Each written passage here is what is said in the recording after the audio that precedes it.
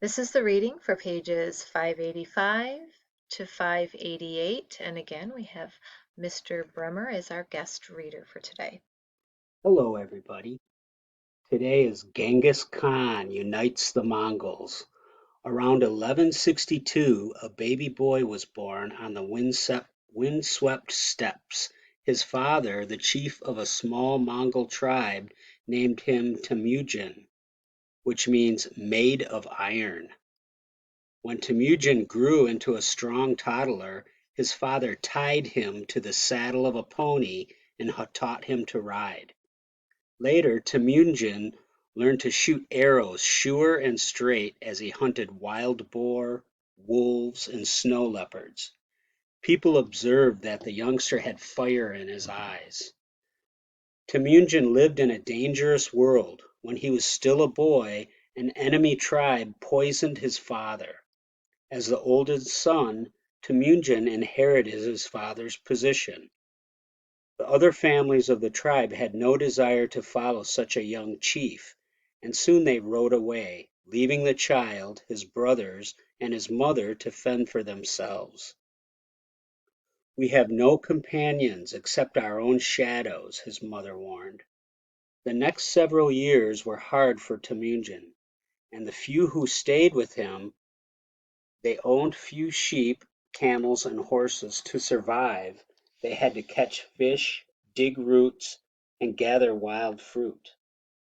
Temujin was resourceful and somehow held his little group together. When he was about 14 or 15 years old, Temujin caught his half-brother stealing food. It is said that Temujin raised his bow and shot him through the heart. It was the kind of act that gave the broad-shouldered youth a reputation for ruthlessness.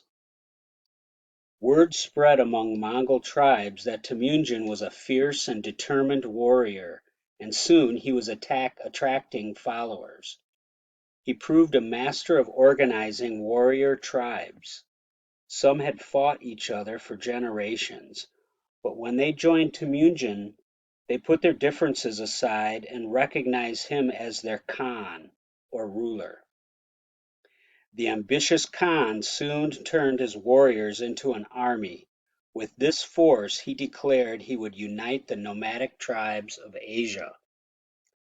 As his army grew, he divided it into groups of tens, hundreds, thousands, and 10,000s.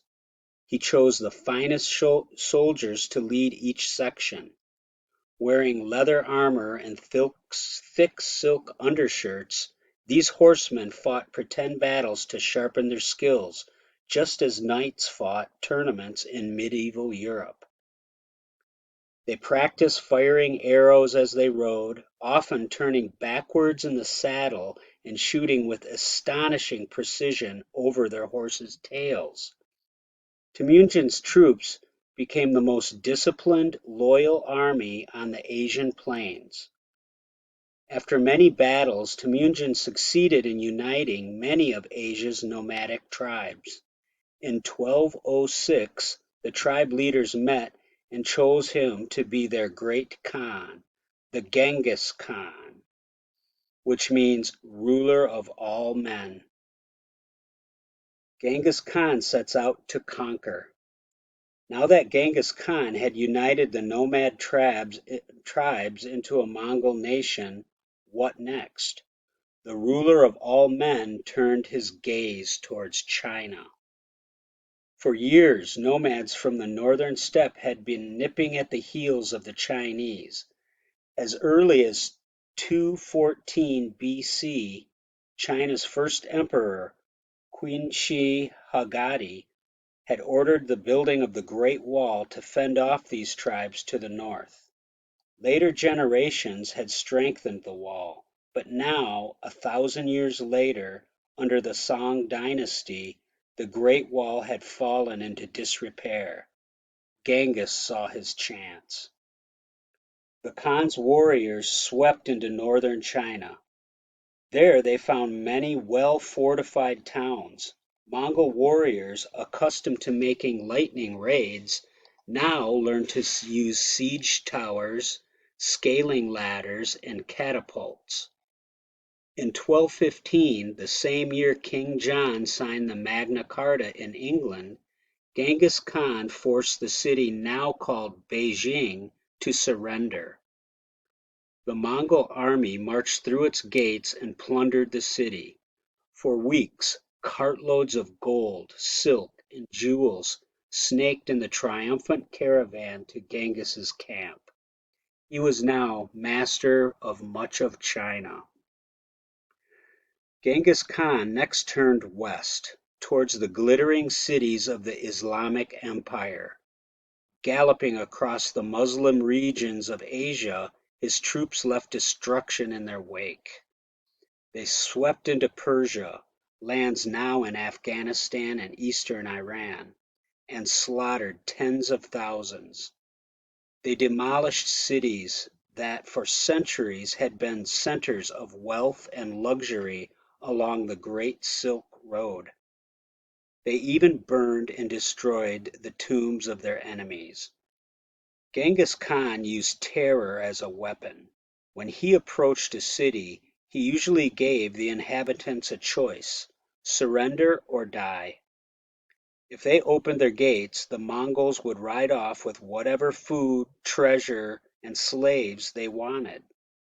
If the gates remained closed, the Mongol warriors would kill everyone within the city walls. People trembled at the thought of Genghis Khan. Rumors of his cruelty flew before his army. His warriors eat humans. His horses are big enough to eat trees. He leads an army of demons who ride on the wind. In 1223, Genghis's army headed for home, charging through the steppes of Russia on the way. The Mongol took the Russians completely by surprise. The writer of one Russian chronicle stated, "For our sins, unknown tribes came, whom no one exactly knows who they are, nor whence they came, nor what their faith is." The Russians called these unknown marauders Tartars. Back in Mongolia, the aging conqueror decided to send his army once again into China. But one day in 1227, he was thrown from his horse while hunting. He lay dying for several days. Even then his mind dwelt on war.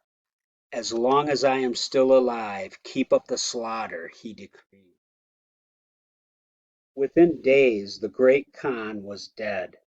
His warriors placed his body inside a gur mounted on a huge ox cart and carried it hundreds of miles back to the land of his birth.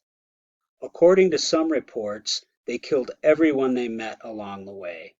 They placed the body in a secret mountain grave, which the forest eventually covered. Genghis Khan almost lived up to his name as ruler of all men. He had brought all the nomadic tribes together as one Mongol nation, and he had conquered more territory than any other man in all of history. On the map at the right, locate the Mongol Empire under Genghis Khan. Yeah, if we take a look at the map here, thank you, Mr. Bremer. Uh, the Mongol Empire under Genghis Khan is in the green, so you can see all that he conquered here. And here is where today China is. So they covered all the way over here into Persia, almost to the Arabian Peninsula and almost into Western Europe. So that's the reading for pages 585 to 588, and we will continue with the next reading in another recording.